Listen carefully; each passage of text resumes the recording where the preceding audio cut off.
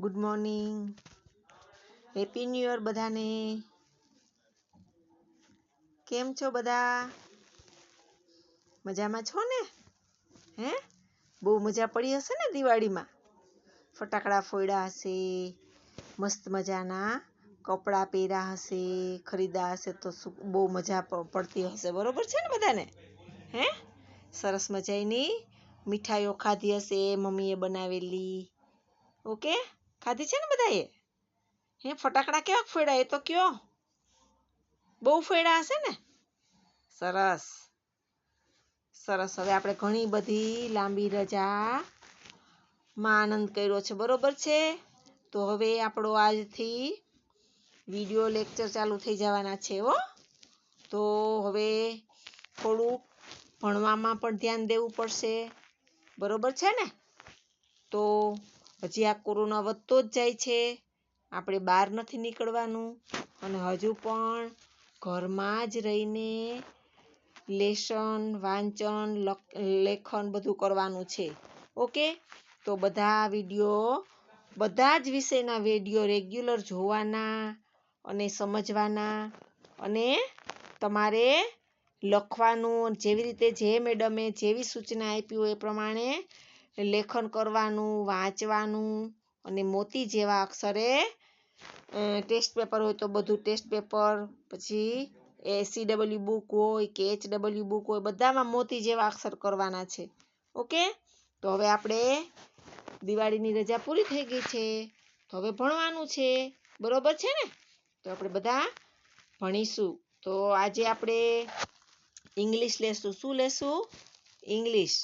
પણ ઇંગ્લિશમાં તો તમે એમ કહેશો કે મેડમ આજે શું કરાવશો? તો આજે તો આપણે જે કક્કો જ કરવો છે. શું કામ ખબર?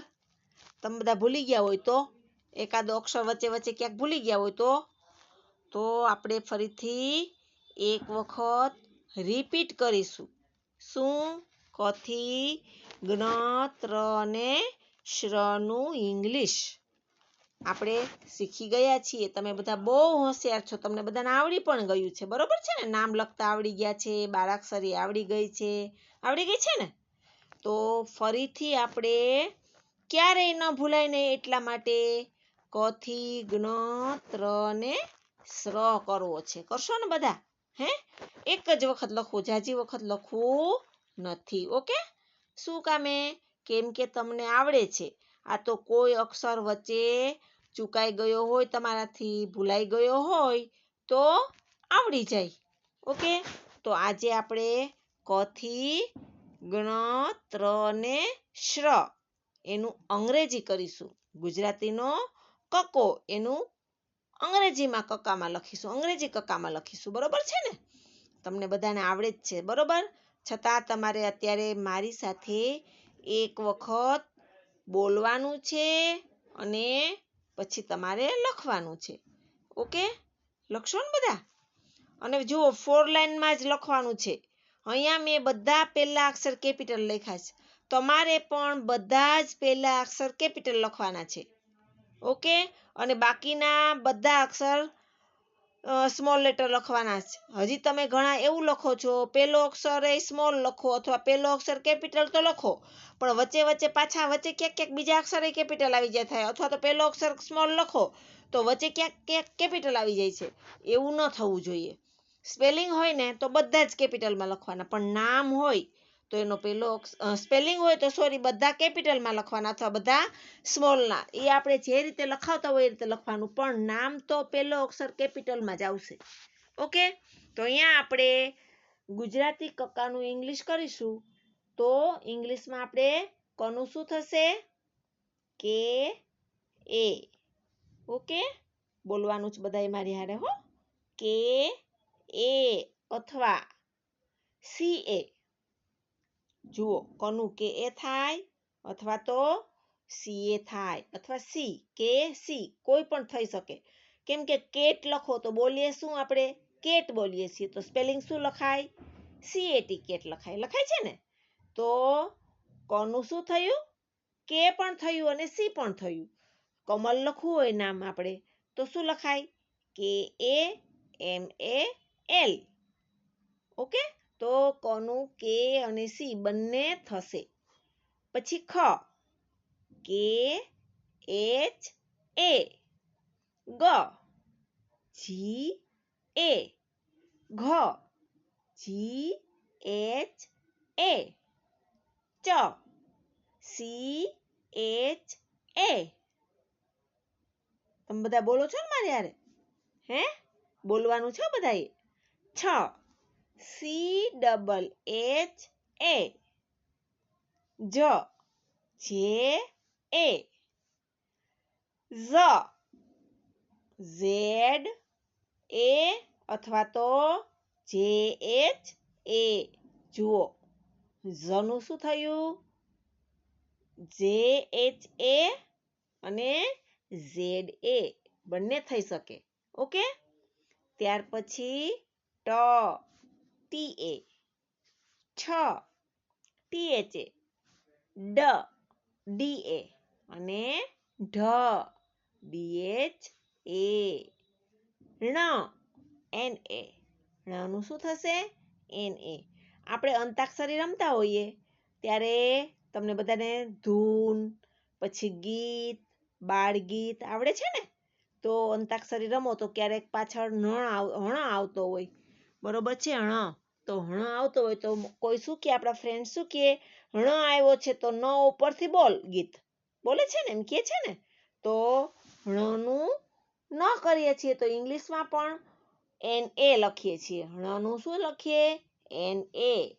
એ રીતે યાદ રાખી લેવાનું તમારે બધાએ. ઓકે, ત્યાર પછી ત, તનું શું થશે? ટી એ, થ, ટી એચ એ, દ, ડી એ, ધ, ડી એચ એ, ન, એન એ, પ, પી એ, ફ, પી એચ એ અને એફ એ બંને થાય. ઓકે, તો ફનું પણ બે થશે ઇંગ્લિશ, પી એચ એ અને એફ એ. ખાસ યાદ રાખવાનું છે, ફને ઇંગ્લિશમાં બે રીતે લખી શકાય છે.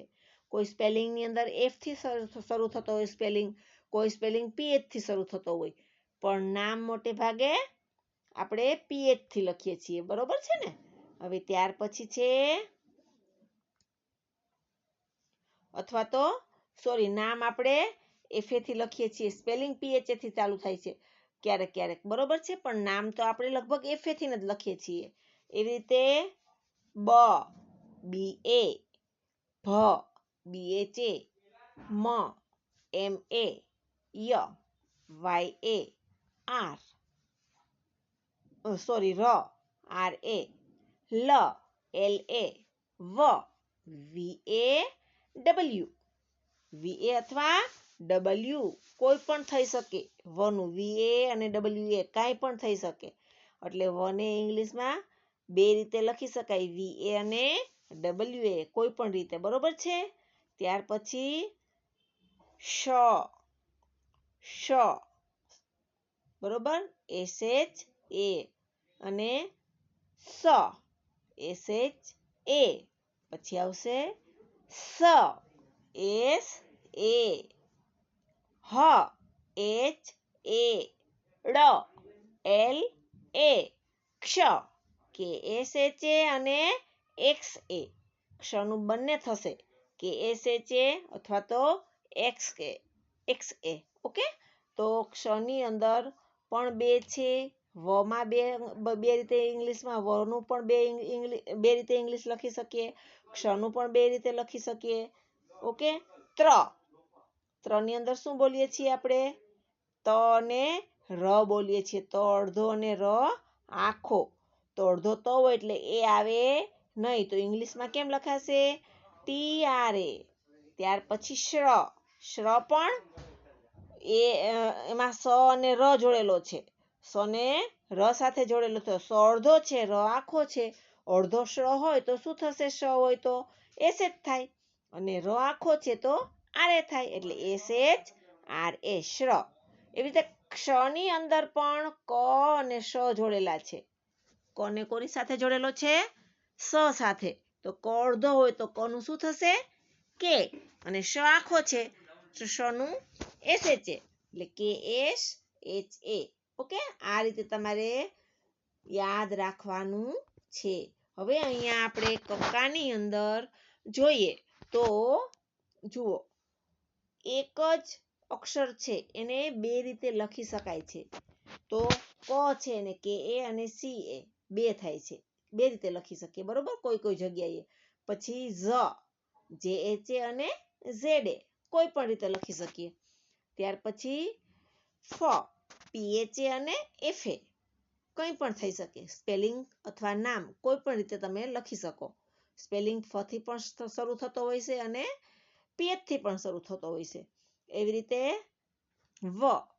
ઘણા સ્પેલિંગ વી થી શરૂ થતા હોય, ઘણા સ્પેલિંગ ડબલ્યુ થી શરૂ થતા હોય છે. નામની અંદર પણ એવું છે, આપણે ઇન્ડિયન લોકો વનો વી થી નામ શરૂ કરતા હોય છે, જ્યારે ઇંગ્લિશ નામ છે એ લોકો ડબલ્યુ થી પણ સ્ટાર્ટ કરતા હોય છે. એટલે વને તમે વી અથવા ડબલ્યુ એ કોઈ પણ રીતે લખી શકો. ઓકે, આ રીતે આપણે આજે ક થી જ્ઞ, ત્ર અને શ્ર એનું ઇંગ્લિશ કર્યું છે. તમારે હવે માત્ર એક જ વખત વન ટાઈમ તમારે શું કરવાનું છે, આનું ઇંગ્લિશ કરવાનું. અને શેમાં લખવાનું છે? તમારી HW બુકમાં, એટલે કે તમારી હોમવર્કની બુકમાં. અને ખાસ યાદ રાખવાનું છે, ઉપર ડેટ લખવાની છે, અને મહિનો લખવાનો છે, અને યર લખવાનું છે. તો ડેટમાં શું આવશે? કાલે કઈ ડેટ છે? 23. પછી મંથ એટલે કે મહિનો કયો છે? તો કે 11. બરોબર છે? અને ત્યાર પછી યર આવશે 2020, એટલે કે 2020. એટલે આ રીતે તમારે તારીખ લખવાની અને નીચે વાર લખવાનો. કયો વાર છે કાલે? મંડે, MONDAY. અથવા તો તમે ઇંગ્લિશમાં લખો તો પણ ચાલશે, ગુજરાતીમાં લખશો તો પણ ચાલશે.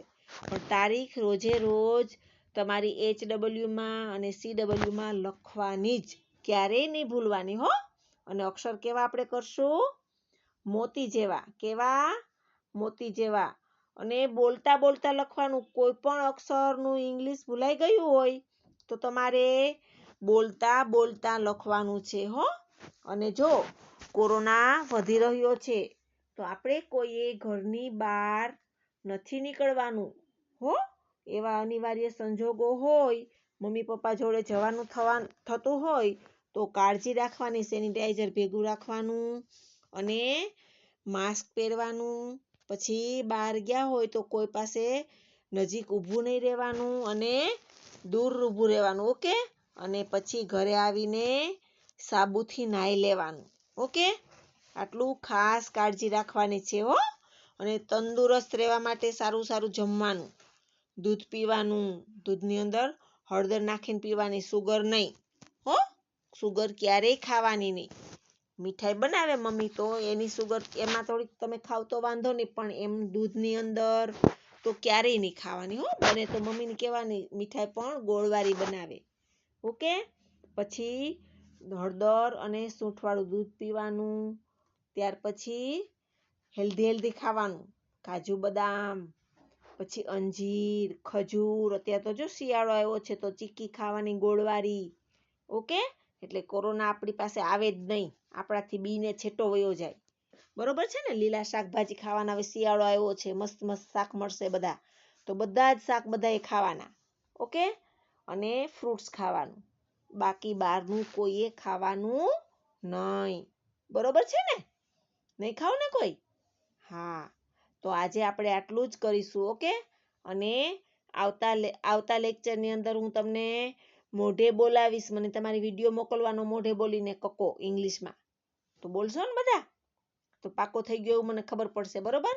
પછી આવતા પીરિયડની અંદર આપણે નવું શીખીશું. ઓકે, તો આટલું આપણે આજે કરી લેશું. ક થી જ્ઞ, ત્ર અને શ્ર.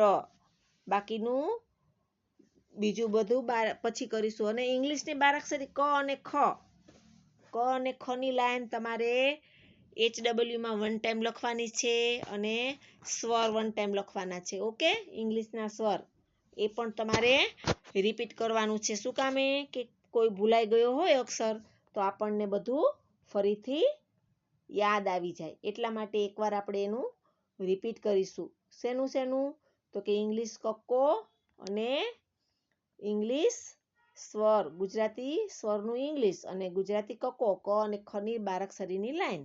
આટલું આપણે શીખીશું. ઓકે, અને હોમવર્ક બુકમાં લખીશું. Okay, by.